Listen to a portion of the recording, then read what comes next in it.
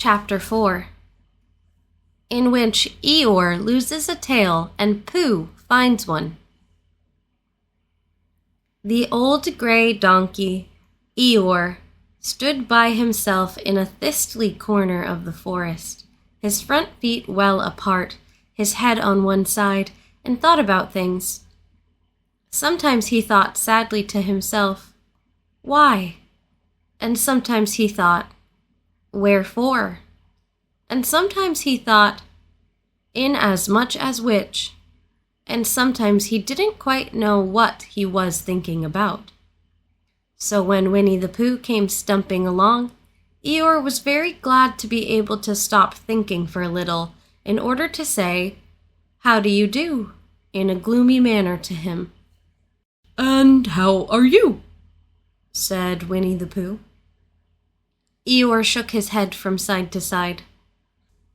"Not very how," he said. "I don't seem to have felt at all how for a long time."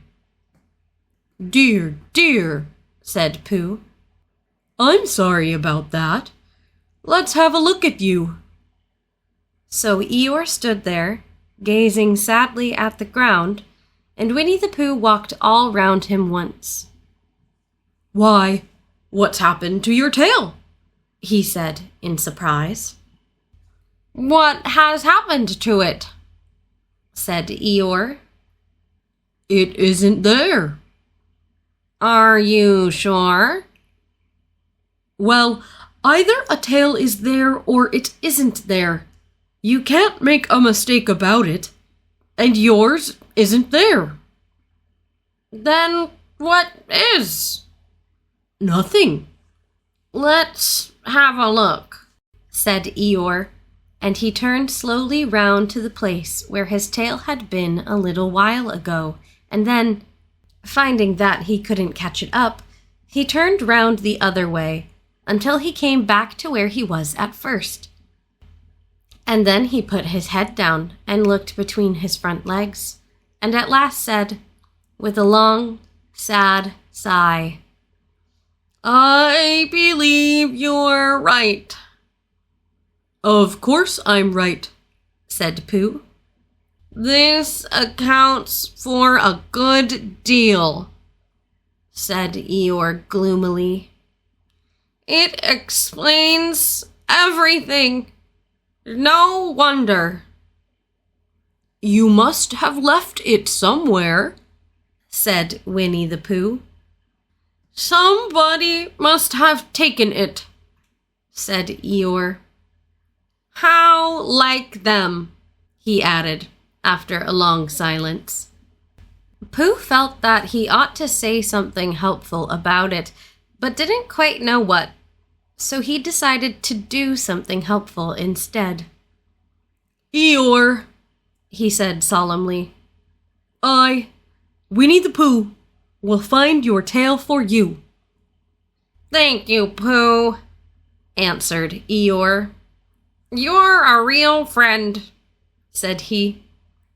"Not like some," he said. So Winnie the Pooh went off to find Eeyore's tail.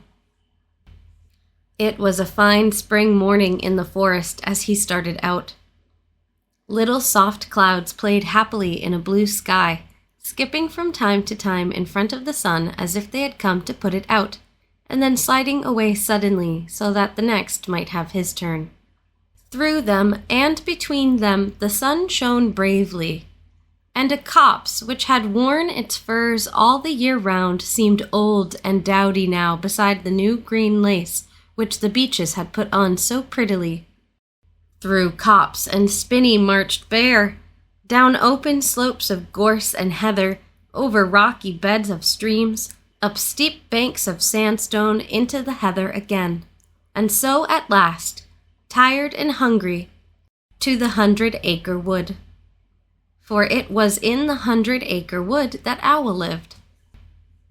"And if anyone knows anything about anything," said Bear to himself, "it's Owl who knows something about something," he said.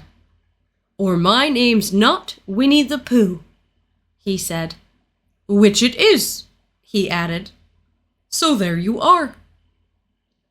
Owl lived at the Chestnuts, an old-world residence of great charm, which was grander than anybody else's, or seemed so to bear, because it had both a knocker and a pull bell.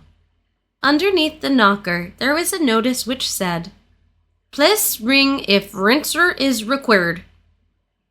Underneath the pull bell there was a notice which said, "Please chinook if an rinser is not required." These notices had been written by Christopher Robin, who was the only one in the forest who could spell.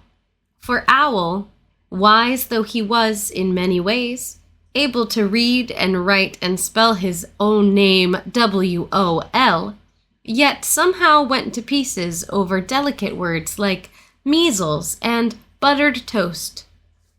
Winnie the Pooh read the two notices very carefully, first from left to right, and afterwards, in case he had missed some of it, from right to left.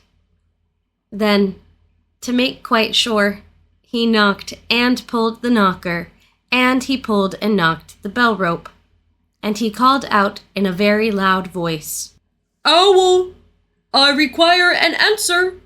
It's Bear speaking." And the door opened, and Owl looked out. "Hallo, Pooh," he said. "How's things?" "Terrible and sad," said Pooh, "because Eeyore, who is a friend of mine, has lost his tail, and he's moping about it. So could you very kindly tell me how to find it for him?" "Well," said Owl, "the customary procedure in such cases is as follows." "What does crustamony proceed cake mean?" said Pooh. "For I am a bear of very little brain, and long words bother me." "It means the things to do." "As long as it means that, I don't mind," said Pooh humbly. "The thing to do is as follows. First, issue a reward, then—" "Just a moment," said Pooh, holding up his paw.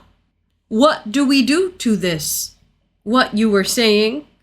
You sneezed just as you were going to tell me." "I didn't sneeze." "Yes, you did, Owl."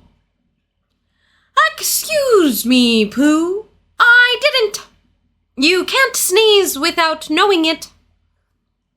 "Well, you can't know it without someone having been sneezed." "What I said was, first issue a reward." "You're doing it again," said Pooh sadly. "A reward," said Owl very loudly.